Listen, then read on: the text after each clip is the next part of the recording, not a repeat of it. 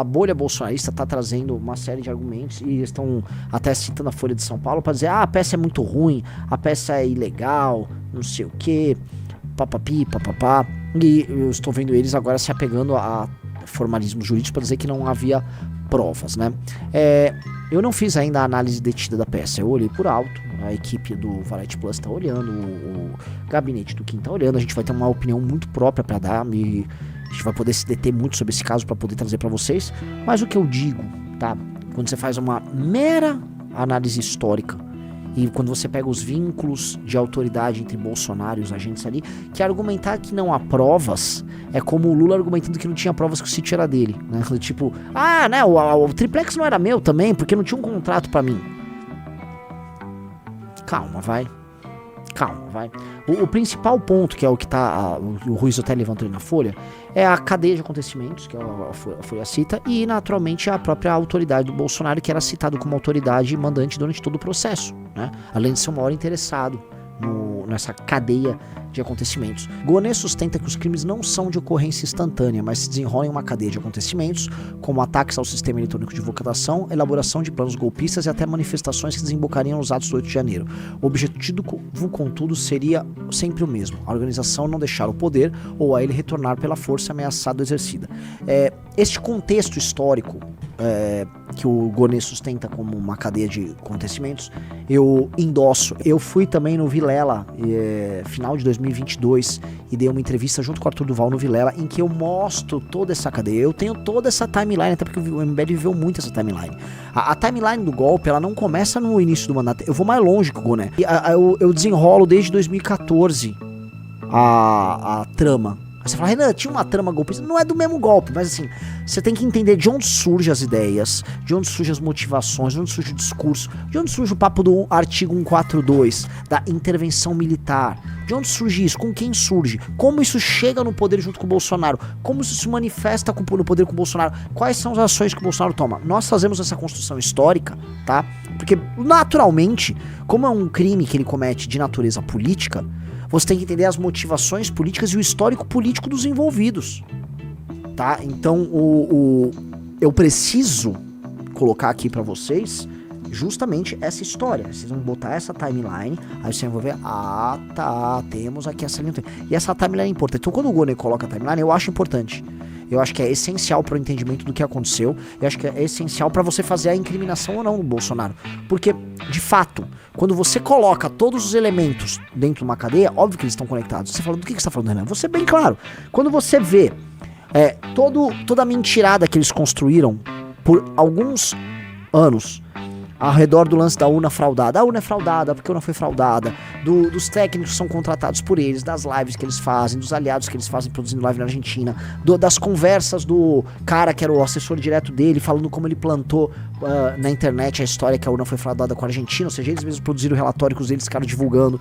Tudo isso não foi feito a esmo porque eles não gostam da urna eletrônica. Tudo isso era para motivar, por parte do público deles, né, uma sublevação e para criar uma justificativa política e jurídica para um enfrentamento com o TSE, de modo a exigir uma ação grave por parte do Bolsonaro, que seria o golpe, seria, como chama lá, a minuta do golpe, em que o Bolsonaro, na minuta do golpe, vai para cima do TSE, e vocês precisam entender.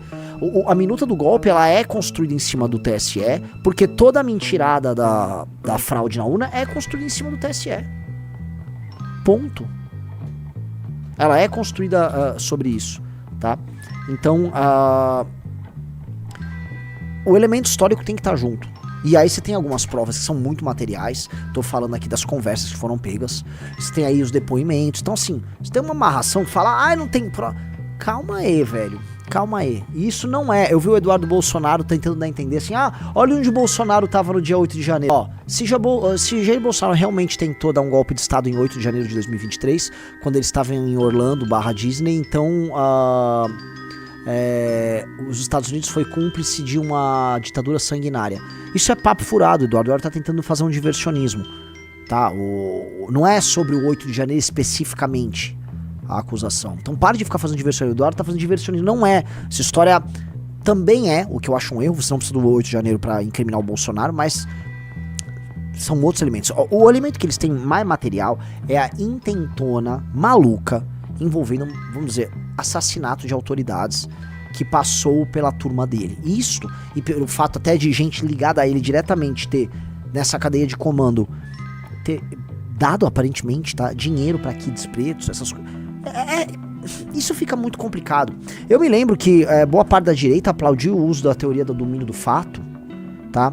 Que estabelecia, do ponto de vista jurídico, a ideia de uma cadeia de comando e que não há como o topo da cadeia não saber de certas decisões que as beneficiasse.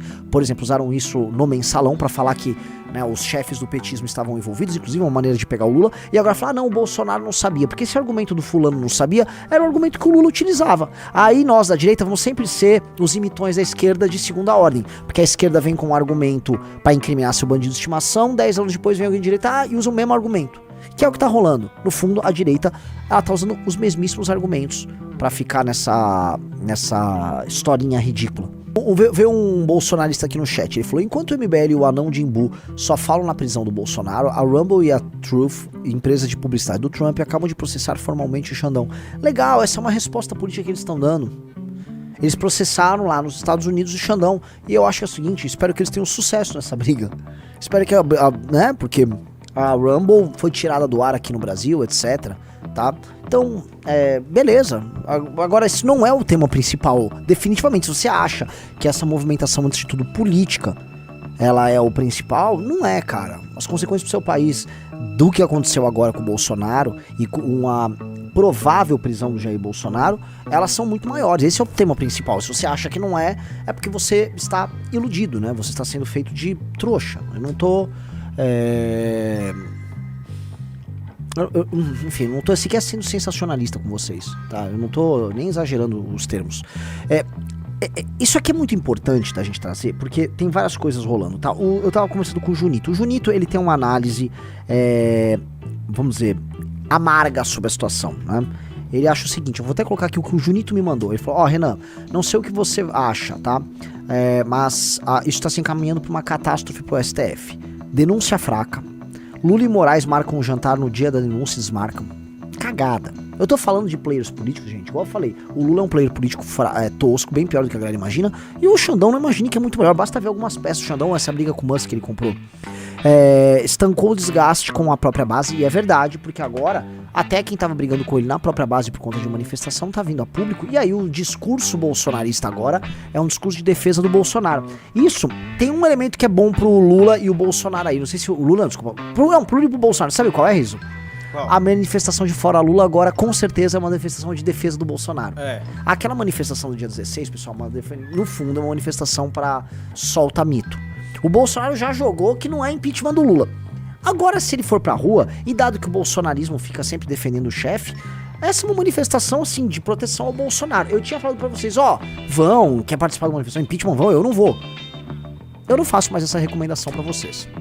Eu não faço, porque definitivamente há uma captura óbvia. Na verdade, eu fiz uma recomendação antes ali, meio que, deixando aqui, falar, eu não tô querendo sabotar nada, tá? Porque eu realmente não eu sei os interesses por trás disso e definitivamente ninguém tá querendo tocar impeachment nenhum, mas tudo bem.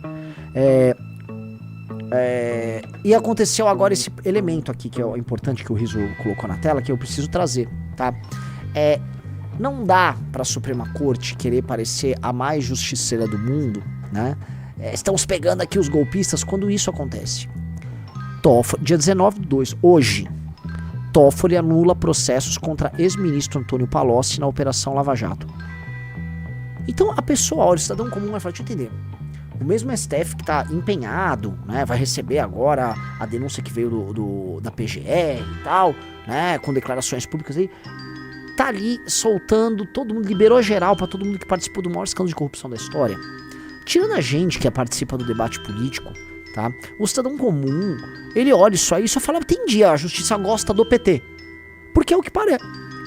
E para o Bolsonaro ter elementos políticos, não na defesa jurídica dele, no caso, mas pra defesa política, que no fundo é o que interessa pra ele, porque todo esse julgamento, vamos falar a verdade, é político. Pro Bolsonaro é como se tivesse vários fatores acontecendo ao mesmo tempo que o beneficiassem. Então, o Júnior tá certíssimo na leitura dele, tá? Isso do Palocci, o fato do Xandão agora tá tendo problemas nos Estados Unidos, né, que eu acho que isso seja uma coisa menor, mas já é uma sinalização não do Estado americano, mas de membros do governo, de aliados políticos do governo americano, tá?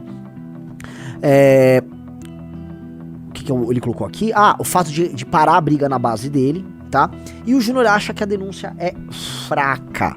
Eu vi gente falar que a denúncia é fraca, eu vi gente falar que a denúncia é forte. Eu só vou poder atentar sobre isso se eu ler em detalhes a denúncia e entender a peça e entender o material probatório. Porque é o seguinte, a construção político-histórica que o Gonê fez, eu acho que, dado que os fatos são muito óbvios, eu acho que é bem tranquilo. Aí você tem que entender assim, se existir provas suficientes para demonstrar que havia uma cadeia de comando e que nessa cadeia de comando o Bolsonaro interferiu em algum momento, em alguma medida. Dado que são assessores do Bolsonaro, cuidando de coisas do interesse do Bolsonaro, e eles falam em nome do Bolsonaro, e que reuniões aconteceram com o Bolsonaro, e que você tem testemunhas falando disso, e que os principais assessores que respondem diretamente pro Bolsonaro falam em nome dele, falam que estão fazendo isso, estão cometendo os crimes em série, inclusive foram presos. Eu acho muito difícil que você não tenha nada de provas, não tenha elementos para fazer essa construção, né? Mas, vai que, né? Então eu tô sendo aqui... A gente tem que estar aberto aqui para um contraditório. E eu tô aberto para um contraditório.